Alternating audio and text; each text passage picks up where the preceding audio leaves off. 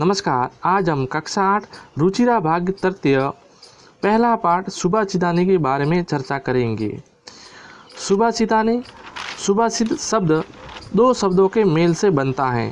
सुधन भाषित, सु का अर्थ होता है सुंदर अथवा मधुर तथा भाषित का अर्थ होता है सुंदर। इस तरह सुभाषित शब्द का अर्थ होता है सुंदर या मधुर वचन। यह पाठ सूक्त मंजरी, नीति शतकम, मनु स्मृति, शिशु लाल पालवद्दम, पंचतंत्रम से रोचक और विचारपरक श्लोकों को संग्रहित किया गया है। पहला श्लोक है गुणा गुणगेषु गुणा भवन्ति ते निर्गुणं प्राप्य भवन्ति दोषाः सुस्वाद्यतोया पर भवन्ति नद्य समुद्रमासाद्य भवन्त पेया।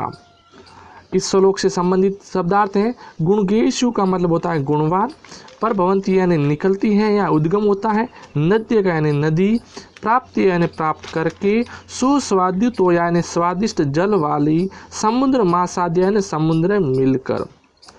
गुणा गुणगेषु गुणा भवन्ति ते निर्गुणम प्राप्य भवन्ति दोषा, यानी गुणवान व्यक्तियों गुणा गुणगेषु गुणा भवन्ति यानी गुणवान व्यक्तियों में होते हैं और वही गुण यदि निर्गुण प्राप्ति भवन्ति दोषा, और वही गुण यदि निर्गुण व्यक्तियों के संपर्क में आ जाते हैं यानी निर्गुण व्यक्तियों के प्राप्त हो जाते हैं तो वही गुण दोष में परिवर्तन हो जाते हैं।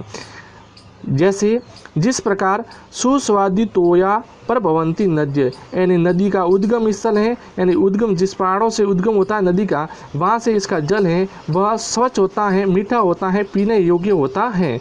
और जैसे ही नदी का जल बहता हुआ समुद्र में विलीन हो जाता है, मिल जाता है, तब समुद्र मासाद्य भवंत बेया, और जब समुद्र मिल जाता है तो उसका जल वही जल खारा हो जाता है और पीने योग्य नहीं रहता है। इस श्लोक का संपूर्ण अर्थ होगा हिंदी में। इस श्लोक में गुणवान के महत्व को बताते हुए कहा गया है कि जिस प्रकार उत्पन्न होते समय नदी का जल मीठा एवं पीने योग्य होता है, किंतु समुद्र में मिलने पर वही जल खारा एवं पीने योग्य नहीं होता है, ठीक उसी प्रकार गुण भी गुणवानों में ही सद्गुण के रूप में रहते हैं, किंतु वही गुण निर्गुण व्यक्ति को प्राप्त करके दोष बन जाते हैं। अगला है साहित्य संगीत कलहावीन साक्षात पूछ विषाणहीन तृणम न खादम्पि जीवमानः तद भागधेयम परम पशुनाम। इसके संबंधित भावार्थ है। विषाणहीन का मतलब होता है कि बिना, भागधेयम यानी सौभाग्य, जीवमान यानी जिंदा रहता हुआ, और तृणम यानी घास। अर्थात साहित्य संगीत कलहावीन यानी वह मनुष्य जिसको साहित्य का, संगीत का, कला का ज्ञान नहीं है, यानी वह अज्ञानी है इनसे संबंधित। अर्थात साक्षात पशु पूंछ विषाणहीन यानी बिना पूंछ और सींग का वह क्या है, पशु है।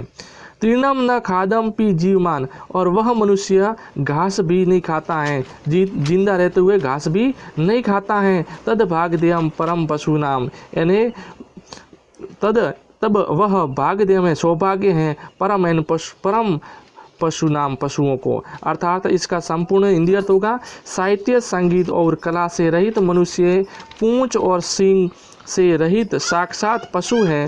घास न खाते हुए भी वह मनुष्य जीवित हैं, पशुओं का परम सौभाग्य। अर्थात यदि मनुष्य घास भी खाने लग जाए तो पशुओं को भी घास खाने को प्राप्त नहीं होगी।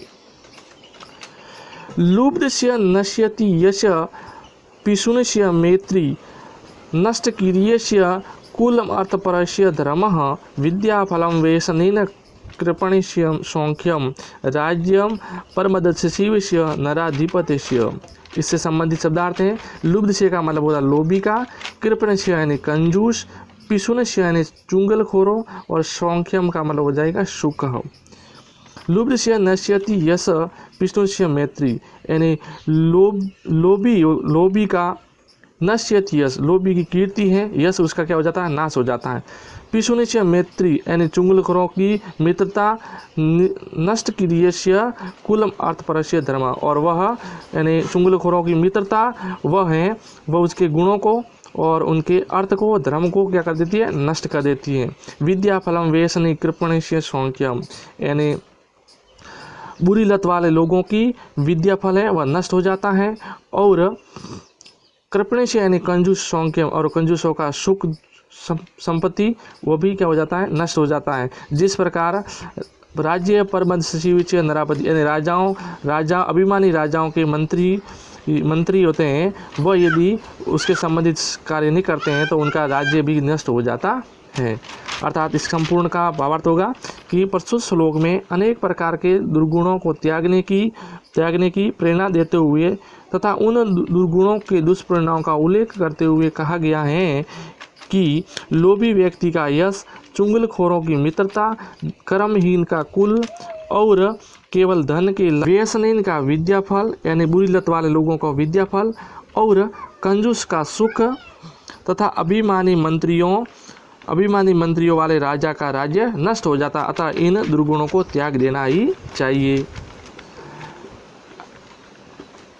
पीत्वा रसम तु कुटुकम मधुर समानम माधुर्यमेव जन्यते मधुमक्षिकाशो संतसस्तेव समसजन दुर्जनानाम श्रुत्वा वचन मधुर सुक्त रसम सृजन्ति।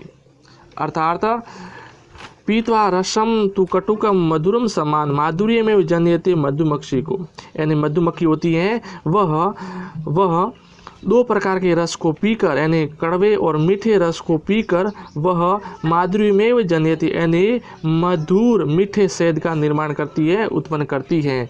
उसी प्रकार सज्जन लोग होते हैं, वह दुर्जनों के सुनाए हुए वचनों को, दुर्जनों की दुर्गति को सुनकर भी वह अपने आप को उन वचनों को सुनकर उस मधुर रस सुक्त रस के अंदर सज्जन करते यानी अच्छे गुणों में परिवर्तन कर देते हैं।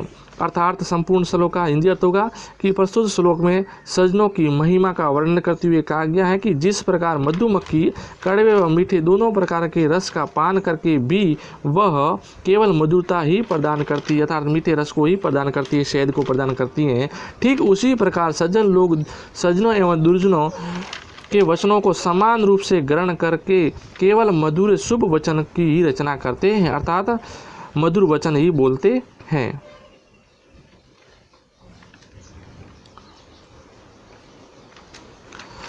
विहाय पौरुषम यो हि देवमेवलंबन्ते प्रसाद सिंहवत तस्य मुदिन्त तिष्ठन्ति वायसः। अर्थात इससे संबंधित शब्दार्थ है प्रसाद सिंहवत का महल में स्थित सिंह के समान, मुद्रीन का मतलब हो गया मस्तक पर, और विहाय यानी छोड़कर। अर्थात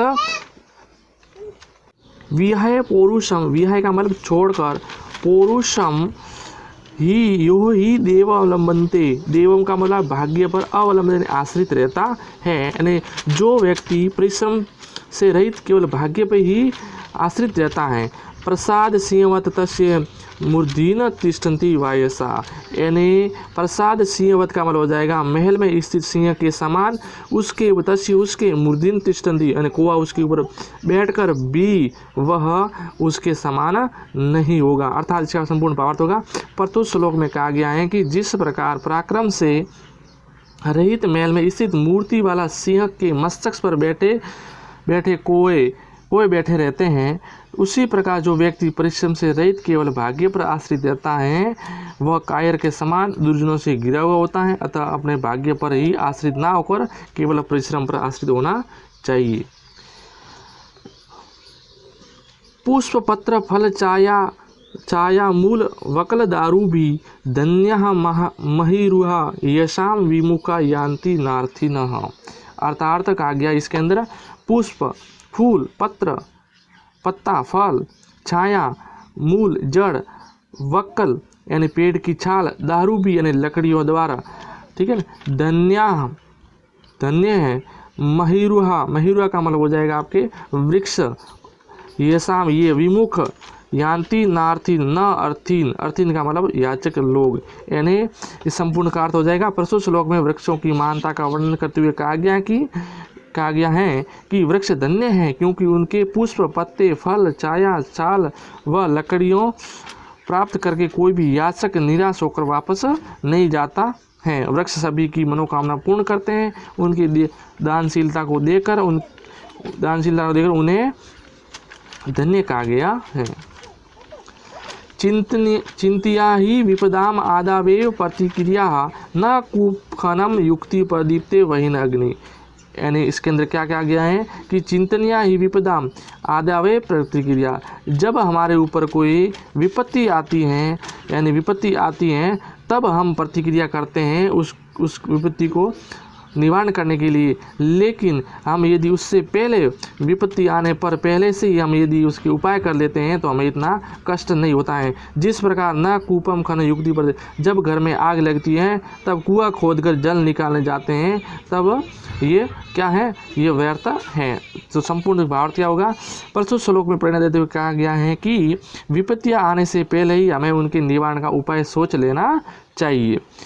कृपया विपत्ति आने के बाद किया गया उपाय उसी प्रकार व्यर्थ हैं जिस प्रकार आज घर में आग घर में यहाँ पे आग से घर जलने जाने पर कुआं खोदना व्यर्थ है। इस पाठ के संबंधित शब्दार्थ हैं और ये है अभ्यास प्रश्न। पहला दे रखा है पाठे दत्ताना पदानाम सस्वर वाचन करो, सब श्लोकों का सस्वर वाचन करना आपको याद करना है। दूसरा क्वेश्चन है श्लोकाशिव रिक्त स्थानानि पूर्यत, श्लोकों के रिक्त स्थान की पूर्ति के समुद्र महासाध्य रिक्त स्थान में आ जाएगा भवंत पेया।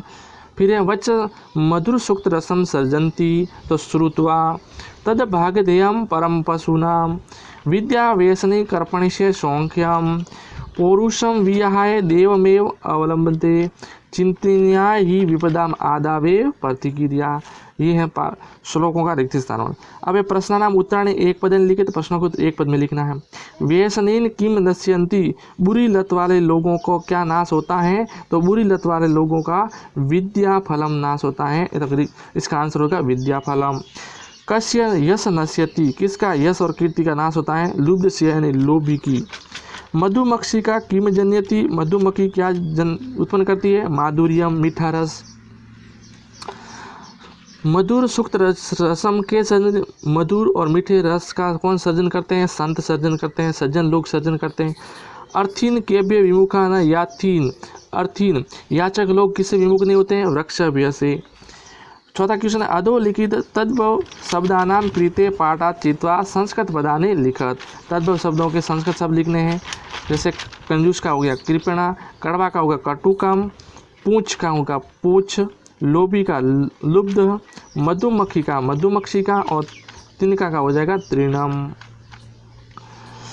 पांचवा क्वेश्चन अधोलिखितेषु वाक्येषु कृति पदम क्रियापदम च चित्वा लिखत, कर्तापद और क्रियापद लिखने हैं इस वाक्य में से।